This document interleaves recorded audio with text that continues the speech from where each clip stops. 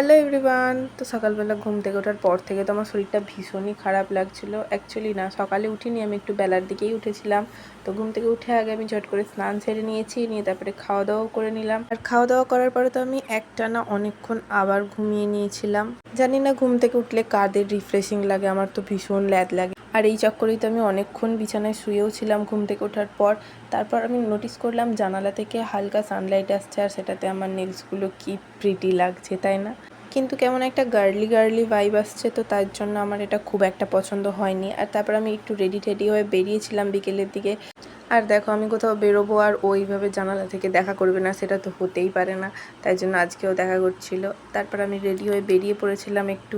আমি তো বেরিয়েছিলাম একটা দরকারে বাগনানে যাব বলে, কিন্তু তারপর আমার কাজটা হয়নি। তাই জন্য ভাবলাম বেরিয়েছি যখন একটু ঘুরেই আসি। আর যাওয়ার সময় দেখলাম একটা জায়গায় এত সুন্দর বাগানবিলাস গাছ আছে, তো তার জন্য একটু দাঁড়িয়ে ফটো তুলছিলাম। ফটো তোলা হয়ে যাওয়ার পর তো গিয়েছিলাম একটু চা খেতে। ওখানে গিয়ে চা আর পকোড়ার কথা বলা হয়েছিল, কিন্তু পকোড়াটা আমাদেরকে দিয়ে গেলেও সঙ্গে সঙ্গে চাটা তো অনেকক্ষণ পর দিয়ে যায়।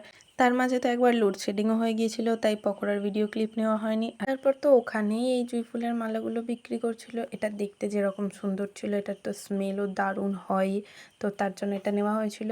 আর তারপর আমি ওখানে খেয়েছিলাম একটা আইসক্রিম। তারপর আমি সোজা চলে আসি বাড়ি আসার সময় তো আমার শরীরটা একটু খারাপ মতো লাগছিল, তাই জন্য আর এসে সেরকম কোনো ভিডিও করা হয়নি। আজকের ভিডিওটা তো এতটাই। ভিডিওটা ভালো লাগলে একটা লাইক করে দিও আর চ্যানেলটা সাবস্ক্রাইব করে দিও।